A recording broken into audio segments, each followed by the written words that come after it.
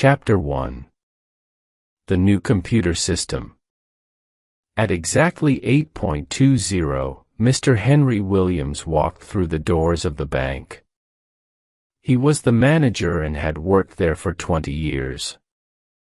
He wasn't always calm and relaxed when he arrived at work, but yesterday something had happened to make his life much easier. He looked around the bank.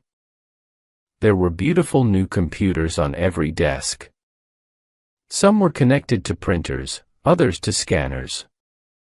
The CPUs were hidden under the desks and the keyboards waited to be used. On each mousepad was a mouse with a small red light, which lit up when the computer was switched on. The VDUs shone as the sun came through the window. Mr. Williams smiled.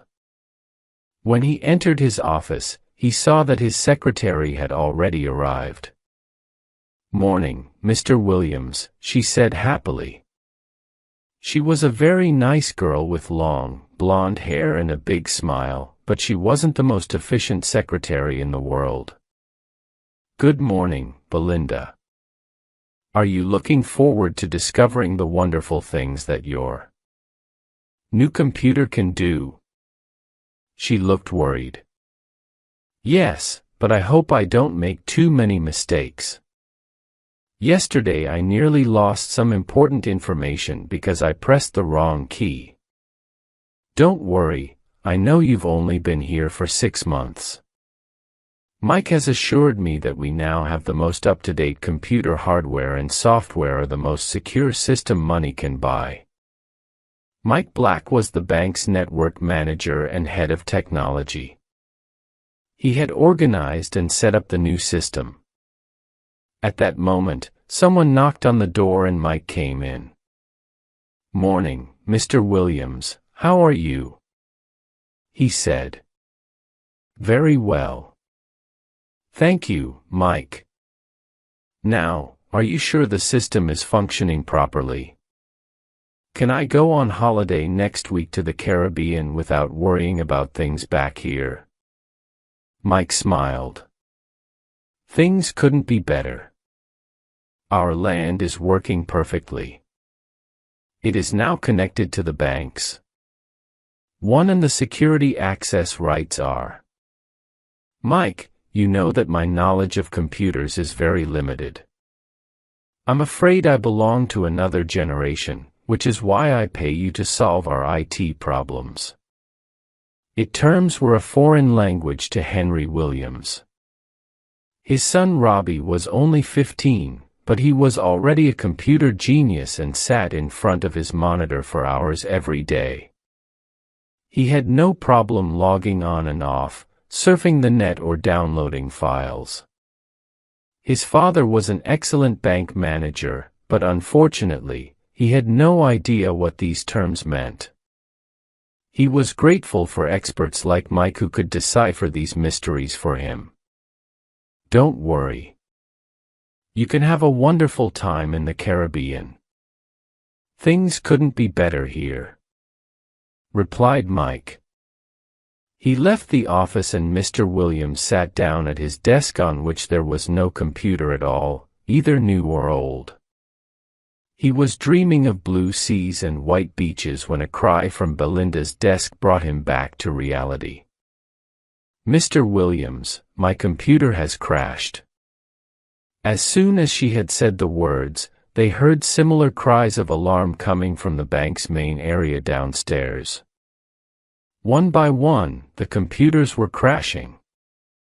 Chapter 2, A Problem. Mr. Williams ran down the escalator and into the main office area. What was happening? All the computers were down. Everyone was trying to reboot, but it was impossible. Henry Williams tried not to panic. He asked Belinda to call Mike and tell him to come immediately. Then he said to his staff, "Don't worry everyone.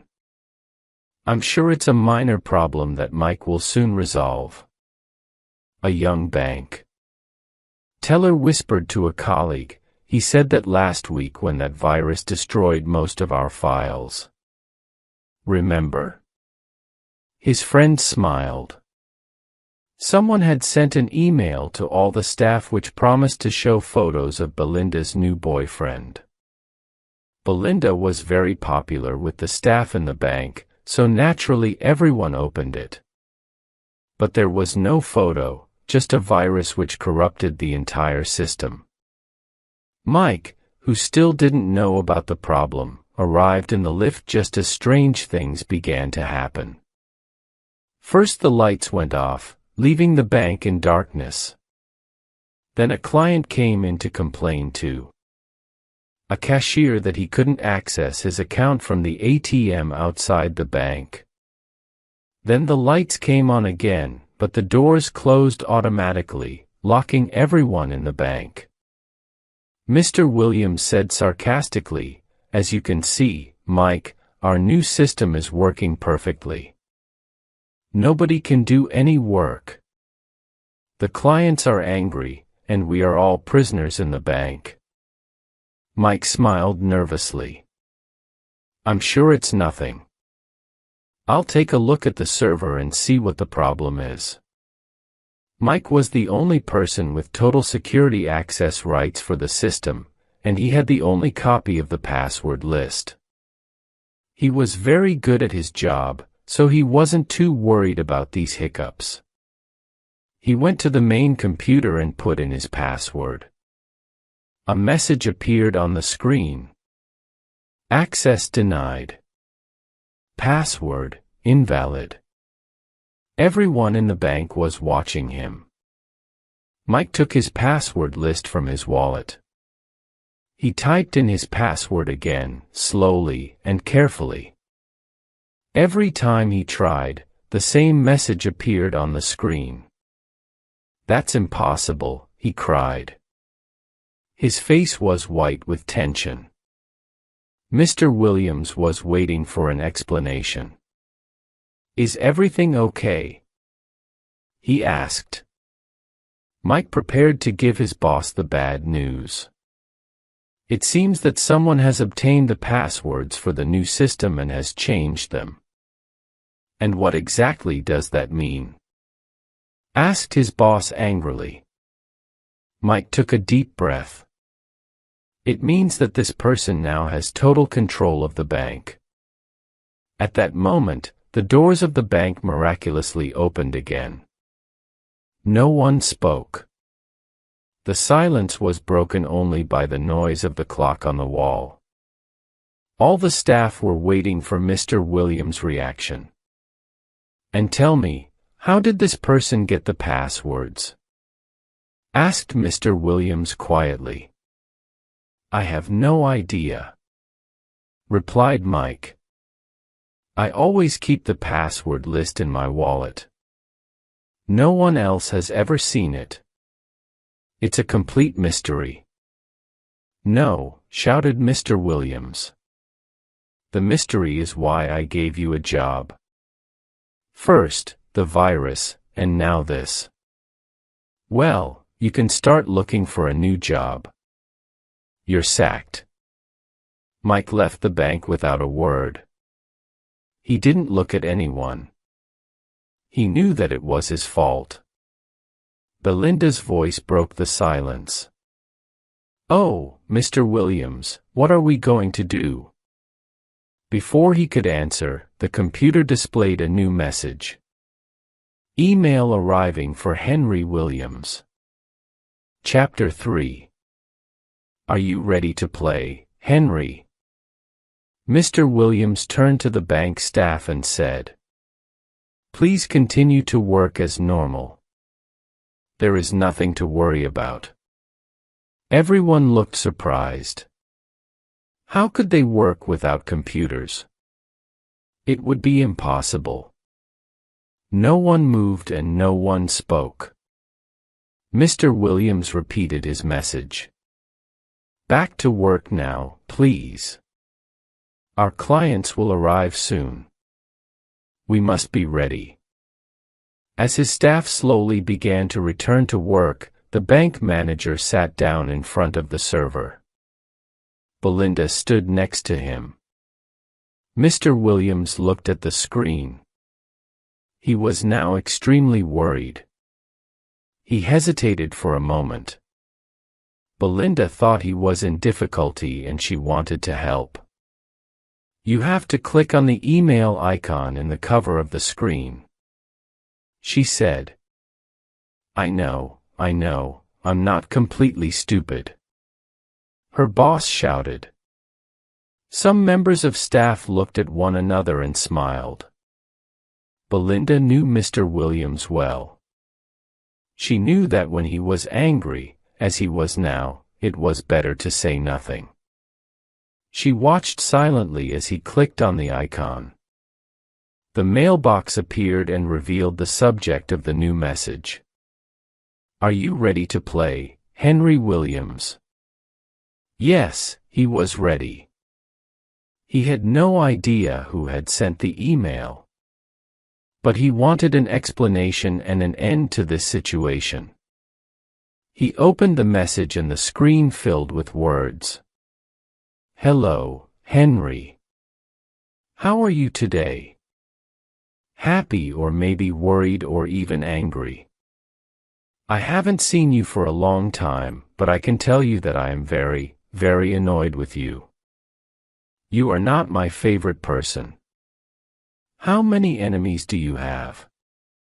"At least one, me. I am going to make you pay for what you did to me before. As you know, I have entered your new and secure, computer system. And guess what? It's my system now. It was so easy to discover the passwords. You should be more careful, Henry. You don't mind if I call you Henry, do you?" Mr. Williams was definitely angry now and confused.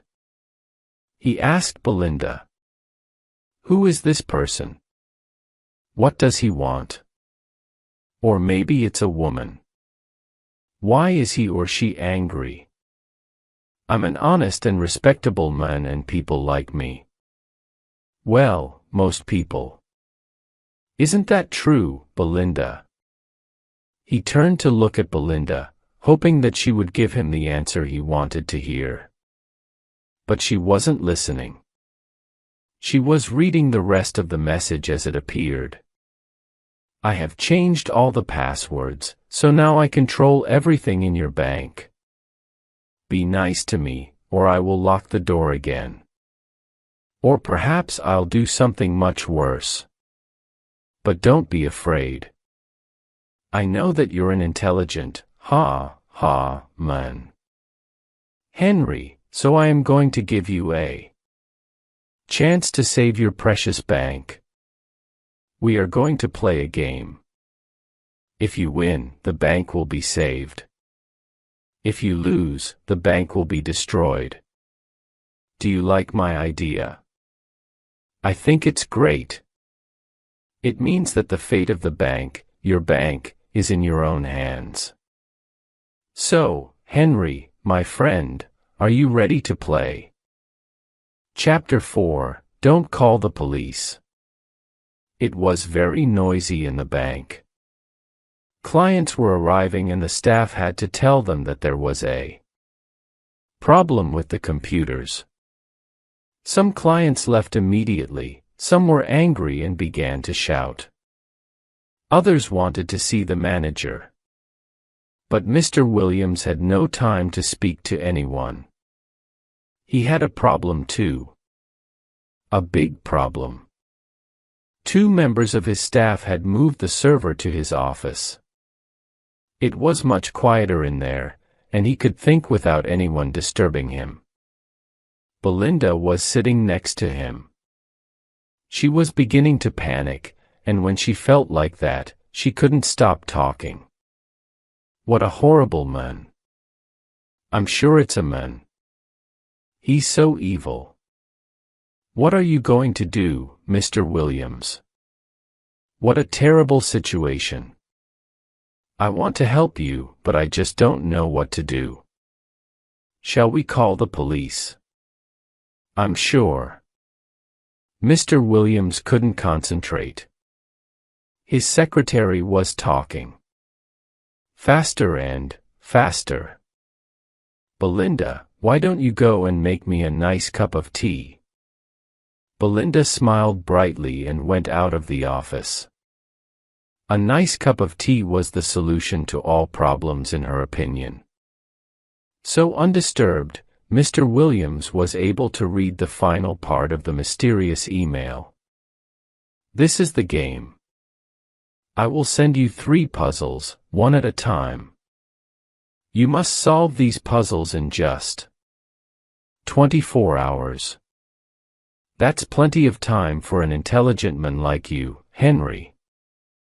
You'll probably need to be a computer expert to solve them, but you use computers every day, don't you? Ha! Ha! If you fail to solve all 3 puzzles, I will empty every bank account in your bank from the smallest to the largest. All the money will disappear and your bank will be destroyed. One final thing, don't call the police. That would be very stupid. If you call the police, I will know. Remember that I can destroy your bank in a few seconds. Don't risk it, Henry. Do you think this is all a joke? I want to show you that I am very serious. Henry. Do you know how much money you have in your bank account? Are you sure? Why don't you check? I think you'll be surprised. Now I am going to give your staff access to the computers so the bank can function as normal. You see, I'm not so evil, but remember that I can switch off the computers or change anything at any time. Bye for now, but don't worry. I'll be back soon. Mr. Williams sat back in his chair. He had a bad headache. Things were not improving. He was thinking about what to do when he heard shouts of joy coming from the bank staff downstairs. The door opened and Belinda came in with the tea. The computers are working again, Mr. Williams. Isn't that wonderful? Everything is back to normal. Maybe the email was just a joke. Well, we'll know in a moment, Belinda, he replied. There were 2 things that Mr. Williams could do on a computer. Use email and access his own bank account. Why did the mystery hacker tell him to check his account? He put in his password and then his account number and waited. After a few seconds, the information he wanted appeared on the screen. Chapter 5, Puzzle Number 1. Mr. Williams stared at the computer screen, horrified. His bank account was empty. The bank manager quickly closed the page, but Belinda had already seen it. She dropped her cup of tea and began to cry. Before Henry Williams could say a word, another message appeared on the screen. Email arriving for Henry Williams, puzzle number 1. Mr. Williams clicked to open the message and looked at the first puzzle. There were just a few words and lots of strange symbols and abbreviations. It's 9:15 and time to play. W. Henry, I see that you are why you can't see me. You are, but I am aimed. I'm a URIC or PRHPS alt. O, Taffin Isle, BBL, EOM hand, LOL. Henry, do you like the first puzzle? Isn't it cool, cool and wicked? The clock has started to tick. Hurry, hurry, hurry, BFN. Mr. Williams didn't understand anything. He looked at Belinda, who was still crying. Belinda, please stop crying for just 1 minute and call Mike. Tell him to come here at once. We need his help." She looked at him in amazement and replied, "But Mr. Williams, you sacked Mike about an hour ago. Don't you remember?" Yes, now he did remember. There was no one to help him. His headache was getting worse. He couldn't think. Then Belinda's voice came from behind his chair. "Why don't you call your son, Robbie? He's very good with computers, isn't he?" Mr. Williams got up and hugged her. "Yes, Belinda. You're fantastic. Why didn't I think of that?" It was a school holiday, so Robbie would be in his bedroom, playing on the computer and listening to music, but definitely not studying. It was rare to see an open textbook in that bedroom. There were two things Mr. Williams always associated with his son: his mobile phone and his baseball cap. Mr. Williams picked up the phone and dialed his home number. "Robbie, this is your father. Listen, I have a problem with the computers at the bank. Can you come and help me? I don't care if you're fighting Lara Croft. This is really important. Come as soon as possible. Please. Thank you." Mr. Williams put down the phone and smiled. "That was a great idea of yours, Belinda. Robbie's a teenager, so I'm sure he'll understand all the strange symbols and abbreviations in the puzzle." Belinda blushed. "If I could make another suggestion, Mr. Williams, I think you can see where the email came from. Look at the top of the page." She was right. "Well done again, Belinda. It was sent from the local library. So our mystery hacker thinks he's clever, does he?" Mr. Williams picked up the phone again. This time he called the security office. He explained the situation and told the head of security to send 2 guards to the library to find and arrest the hacker. He was feeling a little bit better and Belinda had stopped crying. Then he noticed something appear on the computer screen. It was a clock icon and an hourglass. 15 minutes had already passed and the sand was falling. The countdown had begun. Chapter 6, Trouble in the Library. It was only 9:30, but there were already a lot of people inside the library. Some were looking for a bestseller on the bookshelves. Others were reading the newspapers or books in the study area, and a few were using the photocopying machine and the computers. A man was reading the messages on a big notice board. A mother and her child were going upstairs to the children's section. A librarian was pushing a trolley of books. It was very quiet. In the library, anyone who had to speak spoke quietly. The librarians were there to help anyone who had a problem. This was the scene when Bill and Ben, the 2 security guards from the bank, arrived to investigate. They walked to the desk where a librarian was helping an old lady. "We believe that a criminal has sent an email message from a computer in this library, and we want to see the list of people who have used the internet this morning," said Bill. The librarian calmly replied, "I'm sorry, but I'm busy now. If you would like to wait, I'll be happy to help you as soon as I can." Ben was not a patient man. "I don't think you understand, madam.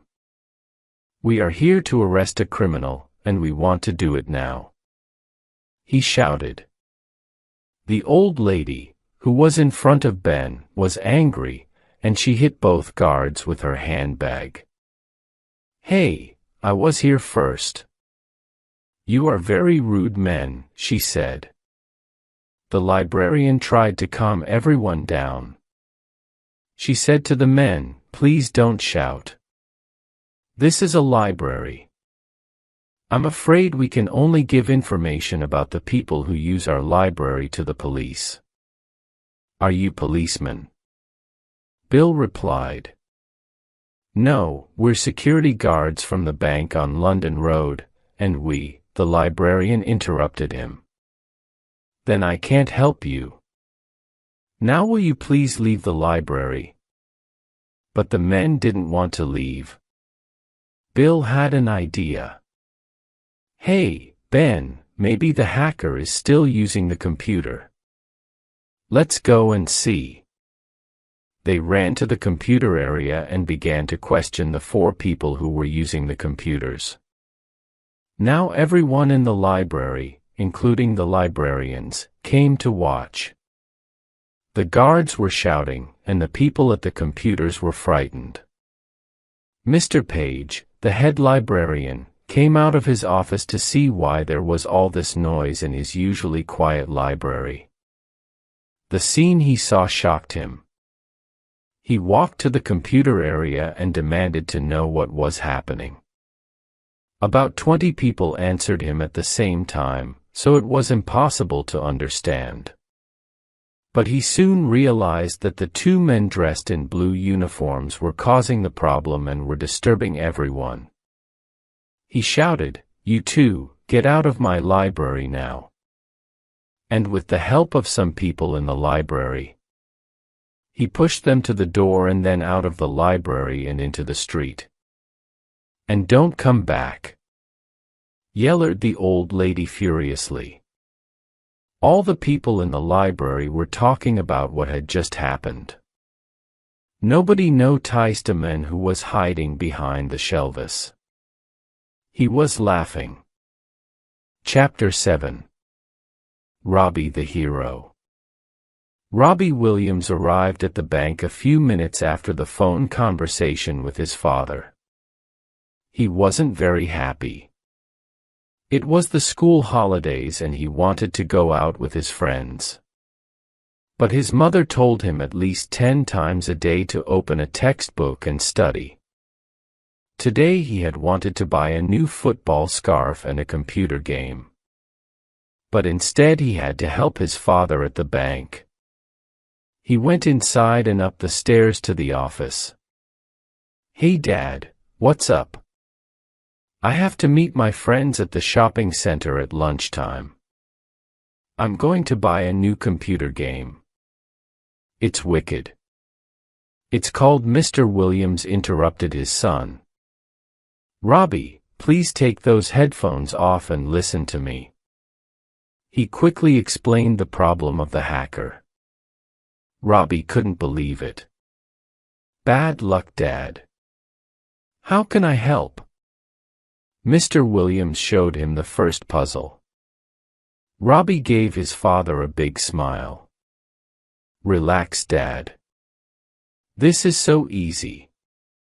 I can do it with my eyes shut. I use these abbreviations every day when I'm in a chat room or when I text my friends on my mobile phone. I'll show you. We use stands for what's up. IC stands for I see. And these symbols are called emoticons. They look like a face and they express the way you feel. I can easily decode this message for you." Robbie sat down, clicked on the reply icon and wrote out the message. "What's up, Henry? I see you are sad. Why? You can't see me. You are sad, but I am angry. In my opinion, you are surprised or perhaps afraid. That's all for now. I'll be back later." End of message. Have a nice day, laughing out loud. Bye for now. See? I told you it was easy. Now I'll click on send and the message will go back to the sender. Mr. Williams thanked his son and slowly he began to relax. But for how long? It was now 10:15. Only 1 hour had passed. Belinda came into the office and said to her boss, "The ATM is working again." Mr. Williams smiled. But she added quickly, "It's giving the customers too much money." Mr. Williams fell back into his chair. Bill answered, "Not exactly, Mr. Williams. We tried, but the people at the library were very unfriendly." "Yes," added Ben. "They didn't want to help us, and in the end they asked us to leave." There was an old lady who Mr. Williams was angry. "I'm not interested in the old lady. You obviously didn't catch the hacker. You are both completely incompetent. Now go back to your office before I sack you." His headache had returned worse than ever. Then his son said, "Dad, look, there's another message from the hacker." He looked at Robbie and then at Belinda. Then they all looked at the screen. Chapter 8. My name is Trentine. Hello, Henry. Well, that was an easy puzzle. I imagine someone helped you. Your son, Robbie, perhaps. He's intelligent, but your security guards are really stupid. They didn't see me at the library, but I saw them. Never mind. Maybe they'll have better luck next time. Here's your second puzzle. Impossible, I think. Have fun. BFN puzzle number 2. My name is Trentine. I am power and knowledge. These are my friends. Barrows, Lamaya, Roddle, Ade, Biao, Hatchmoro, Fruss, Henry, Williams, wasn't very worried. He had his secret weapon. Robbie, you can solve this puzzle too, can't you, Robbie? He asked. Then he saw his son's face. Dad, I'm really sorry, but I don't understand it. But look, the hacker sent it from the internet cafe in the city center. Belinda was crying again. Mr. Williams phoned the security office for the second time that day and told Bill and Ben to go to the internet cafe to find the hacker. As soon as he put down the phone, a bank teller came into his office with more bad news. A customer has just told me that the bank's website is advertising a special offer. A credit card with 0% interest. Is it true? He asked. Of course it isn't, yelled Mr. Williams. Don't give any new credit cards to any of our customers. Now go back to work. The teller disappeared. The minutes became hours. And Mr. Williams became more and more agitated. Robbie continued to look at the puzzle perplexed and Belinda continued to cry. Suddenly Robbie had an idea. I know what to do, he shouted. His father jumped up. Have you solved the puzzle? He asked. No, but I bet my friend Joe can help us. I'll send him a text message on his mobile. Mr. Williams sat down again while Robbie sent the message. Come to bank now. Rob. When Joe arrived, it was already 5 o'clock. What's up, Robbie? He asked. Then he saw Belinda, who smiled at him. He smiled back. Wow. She was beautiful. He immediately fell in love with her. Joe, listen to me, said Robbie. He explained about the hacker and showed Joe the second puzzle. Joe didn't want to take his eyes off Belinda, but he had to look at the computer screen. Mr. Williams was beginning to panic. Hurry, boys. There isn't much time left. Take it easy, Mr. W. We can solve this. Come on, Robbie. Let's do it. After 4 long hours, they solved the puzzle. So who is Trentine? Asked Mr. Williams. The internet, replied Joe. Of course, said Robbie, and the friends are all words connected with the internet. Browser, email, World Wide Web, chat room, and surf, said Belinda happily. Joe looked at her. Belinda, you are so cool. You're the perfect girl to me, he said as he clicked on the send icon. Mr. Williams looked at them and said to himself, what are they talking about? I think I'm getting old. It was 9 o'clock. The hourglass was half empty, but they had solved the puzzle in time. Mr. Williams was very relieved. The situation was improving at last. At that moment, the telephone rang. When Mr. Williams answered, he heard a voice say, "Good evening. This is the police." Chapter 9. A surprise for Henry. Mr. Williams put down the phone. He said, "That was the police. It seems that Bill and Ben created a disturbance at the internet cafe, and they have been arrested. They didn't catch the hacker, of course. Why doesn't that surprise me?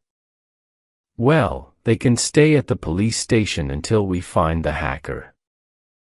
There was no reply from the others.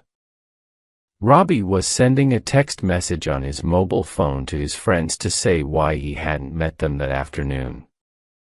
Joe was talking to Belinda. "Will you go out with me tonight?" Belinda. "There's a great hamburger place near here." Belinda smiled at him. "But you're only 15. Joe. I'm too old for you. I'm very mature for my age." He replied quickly. "Come on. We'll have a fantastic time. I'll pay." And their conversation was interrupted by the hacker. "Congratulations, Henry. You've solved the second puzzle. I suppose Robbie helped you again. It's a pity those security guards aren't as intelligent as your son.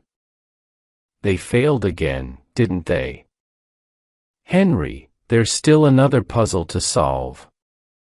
If you solve it, you will discover my identity. I'll send the message later.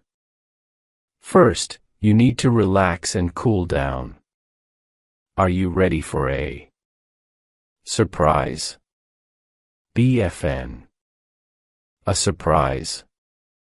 What does that mean, Mr. Williams? Asked Belinda. I have no idea, but I'm sure we'll soon find out, replied her boss. All the staff had gone home at 5 o'clock as usual. The offices were silent. He was suddenly very tired. His eyes began to close. He was on holiday in the Caribbean. He was on the beach. It was hot and sunny. There were no clouds in the sky. It was too hot. So he went swimming in the sea to cool down. He was wet, very wet. Mr. Williams woke up. He was wet. Was it raining in his office? He heard Belinda's voice. Mr. Williams, what's happening? I'm all wet. Where is the water coming from? My hair and clothes are ruined. Mr. Williams answered. This is our surprise, Belinda. Our friend, the hacker, Has started the sprinkler system. Very funny. Let's get out of here. They all ran out of the office and went downstairs. Joe tried to console Belinda, and Robbie wanted to know if he could go home. Please, Dad, it's late and I want to watch TV tonight. Not yet, replied his father. We still have another puzzle to solve. What do you mean, we, Dad? You haven't done anything yet, replied his son sarcastically. Mr. Williams looked at his son, but he knew that Robbie was right. The boys had solved the first two puzzles. In the distance, they heard a siren. Was it the police? Mr. Williams and Robbie went to the doors of the bank. Slowly, Mr. Williams opened the door. Chapter 10. Where's the fire? Mr. Williams opened the door and 3 firemen ran into the hank. Okay. Where's the fire? They said. Mr. Williams was very confused. What do you mean fire? There's no fire here. I think you've made a mistake. The firemen were not convinced. Mr. Williams. Have you forgotten that the bank's sprinkler system is connected to the alarm at the tire station? The sprinkler started. The alarm sounded and we came here to put out the fire. Now, where is it? This time, Robbie spoke. There is no fire. The sprinkler started because there must be a problem with the system. Yes, added Mr. Williams. I'm so sorry that you've come here for nothing. Well, I must say I can't see any fire. We'll come back tomorrow morning to check if there's some kind of problem with the sprinklers. The fireman replied. You're working very late tonight, Mr. Williams. He added. Yes, we have a lot to do, came the tired reply. When they had gone, Mr. Williams told Belinda that she could go home. He opened the door for her. And Robbie tried to go out at the same time. His father pulled him back. I need you here, he said. Let's go back to the office. Oh, Dad. Robbie protested, but he followed his father upstairs. It was 4 o'clock in the morning when the final puzzle arrived. Robbie and Joe were sleeping on the floor. They had been too tired to stay awake. Henry Williams forced himself to look at the computer screen. Hi, Henry. Here's the final puzzle. You have to read these sentences about a famous person and find the 4 words. Puzzle number 3. The first word is his first, but it's your second. The second word is a barrier, but also a way to enter. The third word is the baby. Or is it a monster? The fourth word is where it all began. Now take the first letter of each word, then add the letters I and A.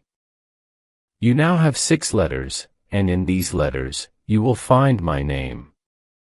BFN. It was incredible. A few hours ago, everything was fine. Now someone wanted to destroy his bank. And his life. Why? He touched Robbie gently and said, Robbie, wake up. The last puzzle has arrived. We've only got a few hours to solve it. There was no response from his son, who continued to sleep.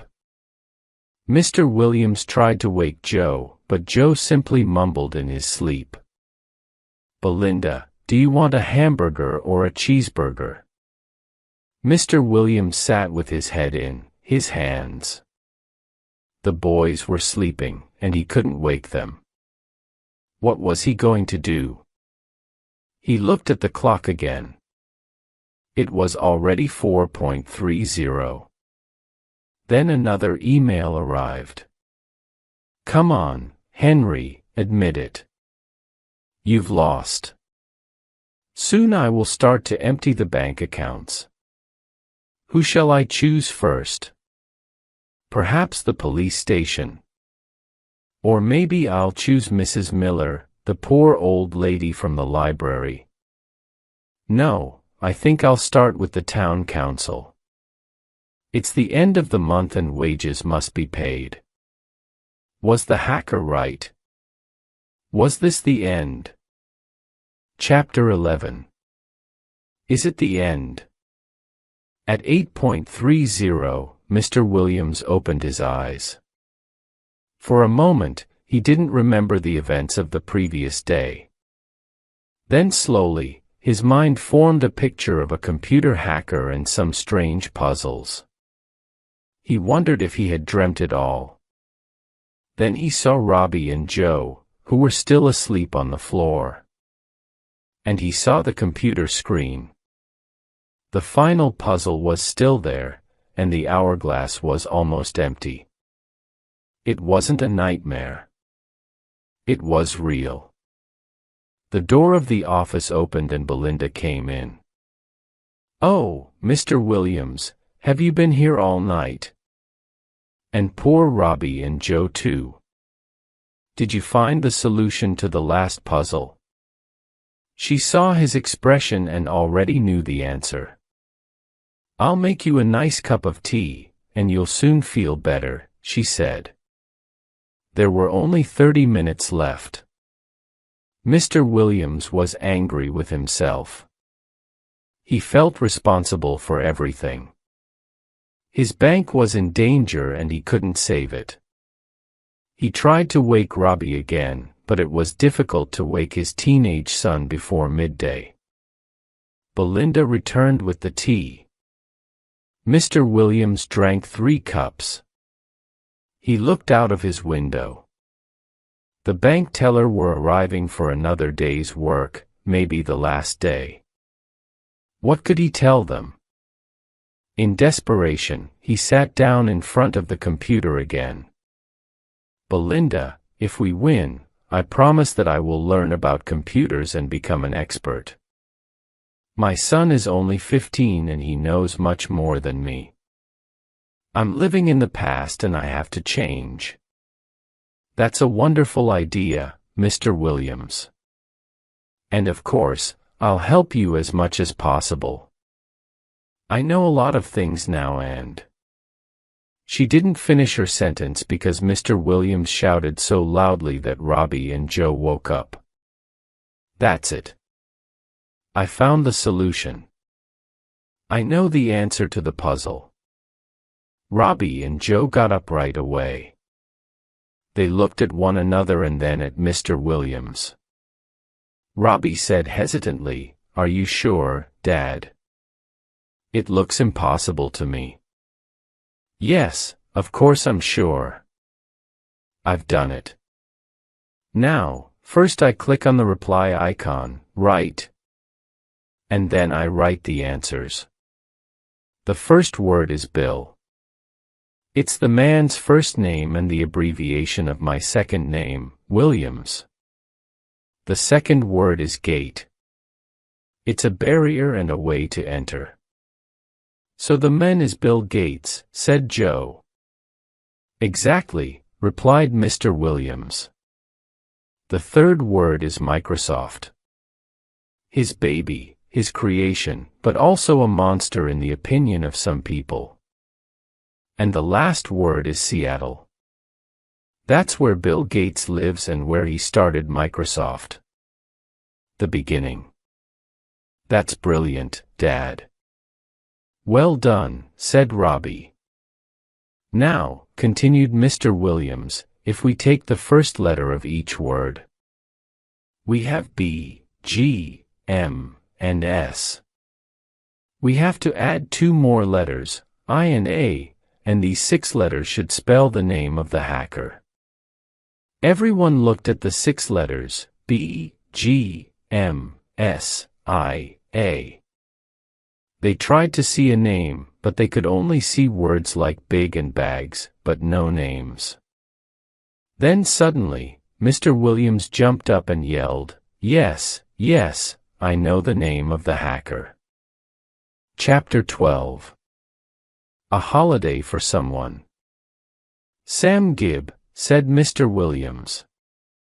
"I don't believe it, but why does he hate me?" "Maybe because you sacked him 2 weeks ago," suggested Belinda. Robbie asked, "Who's Sam Gibb?"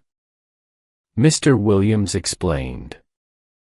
"He used to work here at the bank. In the beginning. He was a good bank teller. Then he started to arrive late for work every day. Instead of working, he used to surf the net and log on to chat rooms. He spent hours talking to people all over the world. So I sacked him. But wait a minute. If he left 2 weeks ago, how did he know the new computer? Passwords." Belinda had the answer to his question. "He came back to the bank a few days ago to empty his desk. I think you were in a meeting. I remember that he went to Mike's office and stayed there for a long time. I thought he was talking to Mike, but now I think about it, Mike wasn't there all the time. Anyway, Mr. Williams, you're a hero. You've saved the bank." "Yes, and there are only 2 minutes left." "Look, it's 913, said Joe. They all looked at the computer screen. Suddenly, Robbie said, "Dad, did you remember to click on the send icon to return the message to the hacker? I mean, Sam Gibb." "Oh no. Quickly, click before it's too late," shouted Mr. Williams. 4 hands tried to operate the mouse, but in the confusion it fell on the floor.